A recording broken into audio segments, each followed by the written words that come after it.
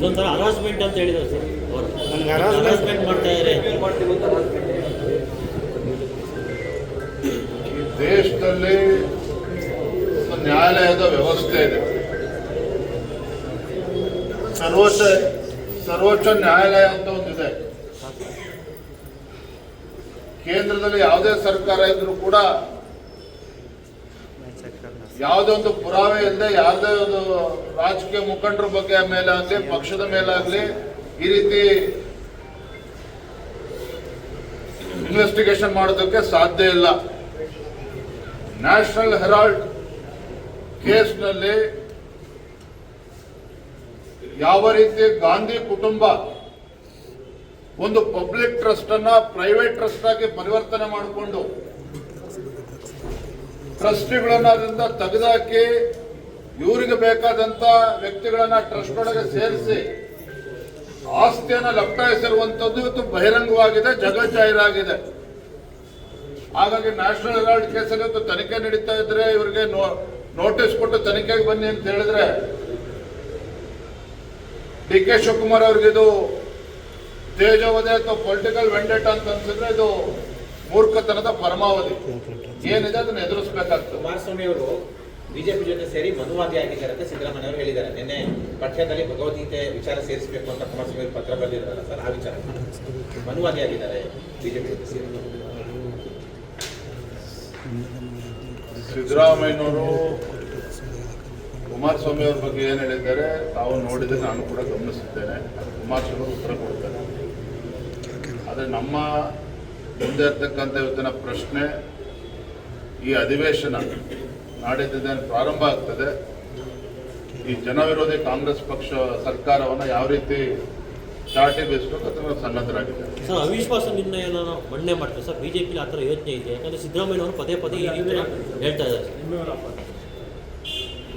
ಆಡಳಿತ ಪಕ್ಷದ ಸದಸ್ಯರೇ ಸಿದ್ದರಾಮಯ್ಯ ವಿರುದ್ಧ ಅವಿಶ್ವಾಸ ನಿರ್ಣಯ ಮೂವ್ ಮಾಡಿದ್ರೆ ಆಶ್ಚರ್ಯ ಇಲ್ಲ. ನಾವಿನ್ನು ಇದ್ರ ಬಗ್ಗೆ ನಾವು ಇನ್ನೂ ಕೂಡ ಚರ್ಚೆ ಮಾಡಿಲ್ಲ, ಚರ್ಚೆ ಮಾಡ್ಕೊಂಡು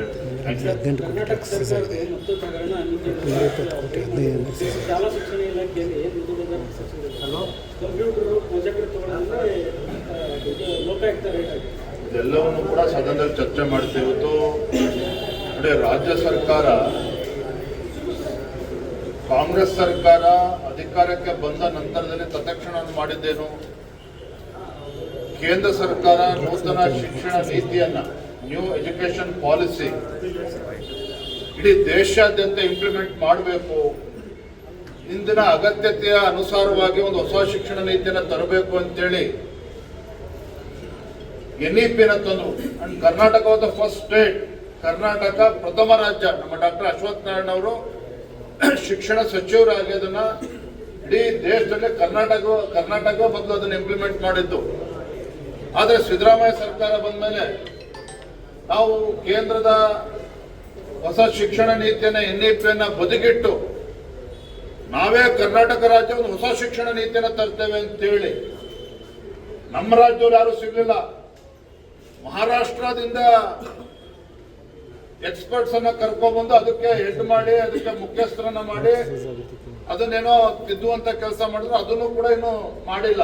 ಇವತ್ತು ನಮ್ಮ ರಾಜ್ಯದಲ್ಲಿ ನರೇಂದ್ರ ಮೋದಿಜಿಯವ್ರದ್ದು ಕೇಂದ್ರ ಸರ್ಕಾರ ಕೊಟ್ಟಿರ್ತಕ್ಕಂಥ ಒಂದು NEP ಹೊಸ ಶಿಕ್ಷಣ ನೀತಿ ಅದನ್ನು ಕೂಡ ಅಳವಡಿಸ್ತಾ ಇಲ್ಲ. ರಾಜ್ಯ ಸರ್ಕಾರ ಕೂಡ ಹೊಸ ಶಿಕ್ಷಣ ನೀತಿಯನ್ನು ತರ್ತಾ ಇಲ್ಲ. ಇವರ ಹುಚ್ಚಾಟಕ್ಕೆ, ರಾಜ್ಯ ಸರ್ಕಾರದ ಹುಚ್ಚಾಟಕ್ಕೆ ಶಿಕ್ಷಣ ಕ್ಷೇತ್ರ ಇವತ್ತು ಹಾಳಾಗ್ತಾ ಇರುವಂತದ್ದು. ಇದರ ಪರಿಣಾಮ ಮಕ್ಕಳು ಎದುರಿಸ್ತಾ ಇದ್ದಾರೆ. ಇವೆಲ್ಲವನ್ನೂ ಕೂಡ ಸದನದಲ್ಲಿ ನಾವು ಚರ್ಚೆ ಮಾಡ್ತೇವೆ. ಆ ಪುಣ್ಯಾತ್ಮ ಶಿಕ್ಷಣ ಸಚಿವರಿಗೆ ಯಾರು ಗೈಡ್ ಮಾಡ್ತಾರೆ ನಮ್ಮಂತೂ ಗೊತ್ತಿಲ್ಲ. ಇವತ್ತು SSLC ರಿಸಲ್ಟು, PUC ರಿಸಲ್ಟ್ ಅನ್ನು ಇಂಪ್ರೂವ್ ಮಾಡಿ ಅಂತ ಹೇಳಿದ್ರೆ ಪುಕ್ಕಟೆ ಪುಸ್ತಕ ಕೊಡ್ತೇವೆ. ಬರೀ ಇದರಲ್ಲೇ ಮುಳುಗಿದ್ದಾರೆ ಹೊರತು ಪಾಸಿಂಗ್ ಮಾರ್ಕು 30 ಇರೋದು 25 ಇಳಿಸೋದು, ಬರೀ ಇದನ್ನ ಮಾಡ್ತಾರೆ. ಇದನ್ನ ಮಾಡಕ್ಕೆ ಅಷ್ಟು ಇವ್ರು ಶಿಕ್ಷಣ ಸಚಿವರೇ ಬೇಕಾಗಾದ್ರೆ ಇವೆಲ್ಲವನ್ನು ಕೂಡ ಸಮಗ್ರವಾಗಿ ಸದನದಲ್ಲಿ ಚರ್ಚೆ ಮಾಡ್ತೇವೆ. ಮುಖ್ಯಮಂತ್ರಿಗಳು ಸಿದ್ದರಾಮಯ್ಯನವರ ತಮ್ಮ ಸರ್ಕಾರಕ್ಕೆ, ಕಾಂಗ್ರೆಸ್ ಸರ್ಕಾರಕ್ಕೆ ಒಂದು ಕ್ಲೀನ್ ಚಿಟ್ ಕೊಡುವಂತ ಒಂದು ಪ್ರಯತ್ನ ಮಾಡಿದ್ದಾರೆ ಭ್ರಷ್ಟಾಚಾರದ ವಿಚಾರದಲ್ಲಿ. ನಾನು ಉಪಲೋಕಾಯುಕ್ತರು ಏನ್ ಹೇಳಿದ್ದಾರೆ ಅದ್ರ ಬಗ್ಗೆ ನಾನು ಚರ್ಚೆ ಮಾಡೋದಕ್ಕೆ ಹೋಗೋದಿಲ್ಲ. ಆದ್ರೆ ಮಾನ್ಯ ಮುಖ್ಯಮಂತ್ರಿಗಳಿಗೆ ತಮ್ಮ ಮುಖ್ಯನ ನಾನು ಕೇಳೋದಕ್ಕೆ ಇಚ್ಛೆ ಪಡ್ತೇನೆ. ಏನು ಹಿಂದೆ ಭಾರತೀಯ ಜನತಾ ಪಾರ್ಟಿ ಬಿಜೆಪಿ ಸರ್ಕಾರ ಇದ್ದಾಗ 40% ಭ್ರಷ್ಟಾಚಾರದ ಆರೋಪ ಮಾಡಿದ್ರಿ. ಕಾಂಗ್ರೆಸ್ ಸರ್ಕಾರವೇ ರಚನೆ ಮಾಡಿದ್ದಂತ ಎನ್ಕ್ವೈರಿ ಕಮಿಷನ್ ಕ್ಲೀನ್ ಚಿಟ್ ಕೊಟ್ಟಿರ್ತಕ್ಕಂಥದ್ದು ನಿಮ್ಗೆ ಮಾಹಿತಿ ಇವಾಗಾದ್ರೆ ಸಿದ್ದರಾಮಯ್ಯನವ್ರಿಗೆ ನೀವು ಭ್ರಷ್ಟಾಚಾರದ ಬಗ್ಗೆ ಇವತ್ತು ಕ್ಲೀನ್ ಚಿಟ್ ಕೊಡ್ಕೊಳ್ತೀರಾ ಕಾಂಗ್ರೆಸ್ ಪಕ್ಷಕ್ಕಾದ್ರೆ ನಿಮ್ಮ ಸರ್ಕಾರಕ್ಕೆ. ಇದೇ ಬಸವರಾಜ ರೆಡ್ಡಿ ಅವರು ಮುಖ್ಯಮಂತ್ರಿಗಳ ಆರ್ಥಿಕ ಸಲಹೆಗಾರ ಏನ್ ಹೇಳಿದ್ರು, ಇಡೀ ದೇಶದಲ್ಲಿ ಕರ್ನಾಟಕ ರಾಜ್ಯ ನಂಬರ್ 1 ಸ್ಥಾನದಲ್ಲಿದೆ. ಯಾವುದು ಅಭಿವೃದ್ಧಿಯ ವಿಚಾರದಲ್ಲ, ಭ್ರಷ್ಟಾಚಾರದಲ್ಲಿ ಕರ್ನಾಟಕ ರಾಜ್ಯ ಪ್ರಥಮ ಸ್ಥಾನದಲ್ಲಿದೆ ಅಂತೇಳಿ ಮುಖ್ಯಮಂತ್ರಿಗಳ ಆರ್ಥಿಕ ಸಲಹೆಗಾರರು ಬಸವರಾಜ ರೆಡ್ಡಿ ಹೇಳಿಕೆಯನ್ನು ಕೊಟ್ಟಿದ್ರು. ಇನ್ನ ಹಿರಿಯ ಶಾಸಕರಾಗಿರುತ್ತ BR ಪಾಟೀಲ್ ಅವರು ಏನ್ ಹೇಳಿದ್ದಾರೆ ಭ್ರಷ್ಟಾಚಾರದ ವಿಚಾರದಲ್ಲಿ ಎಲ್ಲವೂ ಕೂಡ ಬಹಿರಂಗ ಆಗಿದೆ. ಹಾಗಾಗಿ ಭ್ರಷ್ಟಾಚಾರದಲ್ಲಿ ಇವತ್ತು ವಾಲ್ಮೀಕಿ ಅಭಿವೃದ್ಧಿ ನಿಗಮದ ಹಗರಣ ಸ್ವತಃ ಮುಖ್ಯಮಂತ್ರಿಗಳು ಸದನದಲ್ಲೇ ಒಪ್ಕೊಂಡ್ರು. 150 ಕೋಟಿ ಹಗರಣ ಅಲ್ಲ, ಅದು 85 ಕೋಟಿ ಹಗರಣ ಅಂತೇಳಿ ಮುಖ್ಯಮಂತ್ರಿಗಳೇ ಸದನದಲ್ಲಿ ಒಪ್ಕೊಂಡಿದ್ರು. ಮರ್ತೋಗಿದೆ ಸಿದ್ದರಾಮಯ್ಯನವ್ರಿಗೆ, DK ಶಿವಕುಮಾರ್ ಅವ್ರಿಗೆ. ಹಾಗಾದ್ರೆ ಯಾವ ಬಾಯಲ್ಲಿ ಹೇಳ್ತೀರಿ ನೀವು ಭ್ರಷ್ಟಾಚಾರ ರಹಿತ ಆಡಳಿತ ನೀಡ್ತಾ ಇದ್ದೀರಿ ಅಂತ ಹೇಳಿ? ಯಾವ ಮೂಢ ಹಗರಣ ಇನ್ನೂ ಕೂಡ ರಾಜ್ಯದ ಜನ ಮರ್ತಿಲ್ಲ. ನಮ್ಮನ್ನ ತೇಜೋವಧೆ ಮಾಡೋದಕ್ಕೋಸ್ಕರ ಭಾರತೀಯ ಜನತಾ ಪಾರ್ಟಿ JDS ಪಕ್ಷ ನಮ್ಮನ್ನ ತೇಜೋವಧೆ ಮಾಡ್ತಾ ಇದ್ದಾರೆ. ಯಾವುದೇ ಹಗರಣ ನಡೆದಿಲ್ಲ ಮೂಡಾದಲ್ಲಿ ಅಂತ ಅವಾಗ್ಲೂ ಕ್ಲೀನ್ ಚಿಟ್ ಅಂತ ತಗೊಳ್ಳುವಂತ ಪ್ರಯತ್ನ ಮಾಡಿದ್ರಿ. ಯಾಕೆ 15 ನಿವೇಶಗಳನ್ನು ಹಿಂದಿರುಗಿಸಿದ್ರಿ ಸಿದ್ದರಾಮಯ್ಯನವ್ರು? ಹಾಗಾದ್ರೆ ಇದು ಭ್ರಷ್ಟಾಚಾರ ಅಲ್ವಾ? ಹಾಗಾಗಿ ಭ್ರಷ್ಟಾಚಾರದ ಬಗ್ಗೆ ಮಾತನಾಡ್ತಕ್ಕಂಥ ಯೋಗ್ಯತೆ ನೈತಿಕತೆ ಯಾವುದನ್ನು ಕೂಡ ಈ ಕಾಂಗ್ರೆಸ್ ಸರ್ಕಾರ ಉಳಿಸ್ಕೊಂಡಿಲ್ಲ. ನಿಮ್ಮ ಬಣ್ಣದ್ದು ಬಯಲಾಗಿದೆ. ರಾಜ್ಯದಲ್ಲಿ ಯಾವುದೇ ಒಂದು ಅಭಿವೃದ್ಧಿ ಕೆಲಸ ನಡೀತಾ ಇಲ್ಲ. ರೈತರು ಸಂಕಷ್ಟದಲ್ಲಿದ್ದರೆ ಇವತ್ತು ಅದಕ್ಕೆ ಸ್ಪಂದನೆ ಮಾಡುವಂತ ಕೆಲಸ ನೀವು ಮಾಡಿಲ್ಲ. ಹಾಗಾಗಿ ಎಲ್ಲ ವಿಚಾರಗಳನ್ನು ತೆಗೆದುಕೊಂಡು ಸದನದ ಒಳಗಡೆ ಬಿಜೆಪಿ ಹಾಗೂ JDS ಎರಡೂ ಪಕ್ಷಗಳು ಒಟ್ಟಾಗಿ ಒಂದಾಗಿ ನಾವು ಈ ಸರ್ಕಾರವನ್ನ ಕಿವಿ ಹಿಂಡುವಂತ ಕೆಲಸ ನಾವು ಮಾಡ್ತೇವೆ. ಪ್ರಾರಂಭವಾಗುವ ಬೆಳಗಾವಿಯ ಚಳಿಗಾಲದ ಅಧಿವೇಶನ ನಾನು ವಿರೋಧ ಪಕ್ಷದ ನಾಯಕರು, ಬಿಜೆಪಿ ಹಾಗೂ JDS ಪಕ್ಷದ ಮುಖಂಡರು ಒಟ್ಟೆ ಕೂತು ಸವಿಸ್ತಾರವಾಗಿ ಚರ್ಚೆ ಮಾಡಿದ್ದೇವೆ. ಚಳಿಗಾಲದ ಅಧಿವೇಶನ ಏನು ಪ್ರಾರಂಭ ಆಗ್ತಾ ಇದೆ. ರಾಜ್ಯದ ಜ್ವಲಂತ ಸಮಸ್ಯೆಗಳ ಬಗ್ಗೆ ಸಮಗ್ರವಾಗಿ ಚರ್ಚೆ ಮಾಡಬೇಕು. ಕಾಂಗ್ರೆಸ್ ಸರ್ಕಾರದ ವೈಫಲ್ಯಗಳನ್ನ ಗಮನ ಸೆಳೆಯಬೇಕು. ವಿಶೇಷವಾಗಿ ಉತ್ತರ ಕರ್ನಾಟಕದ ಸಮಸ್ಯೆಗಳ ಬಗ್ಗೆ, ರೈತರ ಸಮಸ್ಯೆಗಳ ಬಗ್ಗೆ,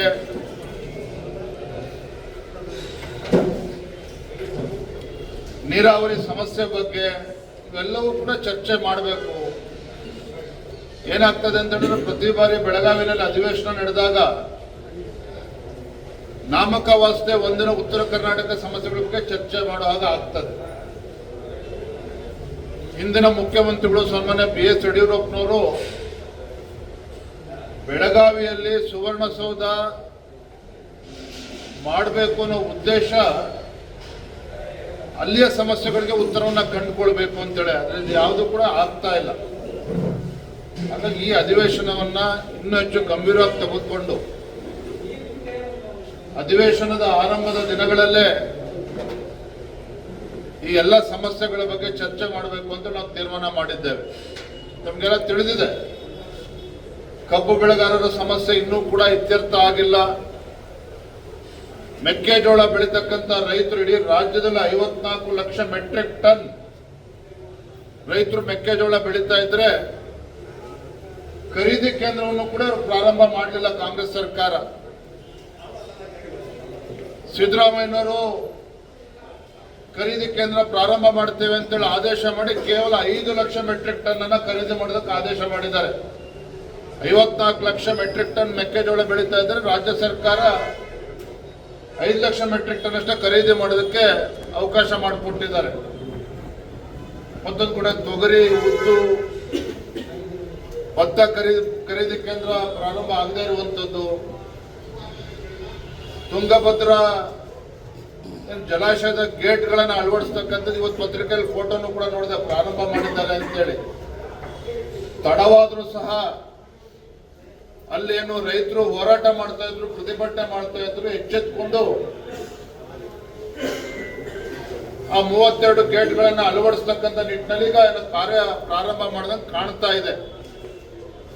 ಆದರೆ ನಮ್ಮ ಆಗ್ರಹ, ರಾಜ್ಯ ಸರ್ಕಾರದ ಬೇಜವಾಬ್ದಾರಿತನದಿಂದ ಆ ತುಂಗಭದ್ರಾ ಜಲಾಶಯದ ಗೇಟ್ಗಳನ್ನು ಅಳವಡಿಸುವಂತ ವಿಚಾರದಲ್ಲಿ ಏನು ಡಿಲೇ ಆಗಿದೆ. ಇದರ ಪರಿಣಾಮ ಏನಪ್ಪಾ ಅಂತ ಹೇಳಿದ್ರೆ, ಆ ಭಾಗದ ರೈತರು ತಮ್ಮ 2ನೇ ಬೆಳೆಯನ್ನ ಕಳೆದುಕೊಂಡಿದ್ದಾರೆ, ಬೆಳೆಯೋದಕ್ಕೆ ಸಾಧ್ಯ ಇಲ್ಲ. ಹಾಗಾಗಿ ಆ ಭಾಗದ ರೈತರಿಗೆ 25,000 ರೂಪಾಯಿ ಒಂದು ಎಕರೆಗೆ ಪರಿಹಾರವನ್ನು ಕೊಡಬೇಕು ಅನ್ನುವ ಆಗ್ರಹವನ್ನು ನಾವು ಅವತ್ತಿಂದನೂ ಕೂಡ ಮಾಡ್ತಾ ಇದ್ದೇವೆ. ಸೊ ಇವೆಲ್ಲ ವಿಚಾರಗಳನ್ನ ನಾವು ತೆಗೆದುಕೊಂಡು ಬೆಳಗಾವಿನಲ್ಲಿ 8ನೇ ತಾರೀಕು ಅಧಿವೇಶನ ಪ್ರಾರಂಭ ಆಗ್ತದೆ. 9ನೇ ತಾರೀಕು ಸುಮಾರು ಒಂದು 15-20 ಸಾವಿರ ರೈತರು ಎಲ್ಲರನ್ನೂ ಕೂಡ ಒಗ್ಗೂಡಿಸ್ಕೊಂಡು ಸುವರ್ಣಸೌಧ ಮುತ್ತಿಗೆಯನ್ನು ಹಾಕಬೇಕು ಅಂತೇಳಿ ಆಗಲೇ ಭಾರತೀಯ ಜನತಾ ಪಾರ್ಟಿ ತೀರ್ಮಾನ ಮಾಡಿದ್ದೇವೆ. 9ನೇ ತಾರೀಕು ಮಂಗಳವಾರ ಬಹಳ ದೊಡ್ಡ ಸಂಖ್ಯೆಯಲ್ಲಿ ರೈತರು ಬರ್ತಾರೆ, ಪ್ರತಿಭಟನೆ ಮಾಡ್ತೇವೆ. ವಿಧಾನಸೌಧ ಸುವರ್ಣಸೌಧ ಮುತ್ತಿಗೆ ಹಾಕುವ ಮುಖೇನ ಈ ರಾಜ್ಯ ಸರ್ಕಾರವನ್ನ, ರೈತ ವಿರೋಧಿ ಕಾಂಗ್ರೆಸ್ ಸರ್ಕಾರವನ್ನ ಬಡಿದೆಬ್ಬಿಸುವ ಕೆಲಸವನ್ನ ನಾವು ಮಾಡ್ತೇವೆ. ತದನಂತರದ ಸದನದಲ್ಲೂ ಕೂಡ ನಾವು ಚರ್ಚೆ ಮಾಡ್ತೇವೆ. ಇನ್ನಷ್ಟು ಹೆಚ್ಚಿನ ಮಾಹಿತಿಗಾಗಿ ಫಾಲೋ ಮಾಡಿ ಬ್ರಿಗೇಡ್ ನ್ಯೂಸ್ ಕನ್ನಡ.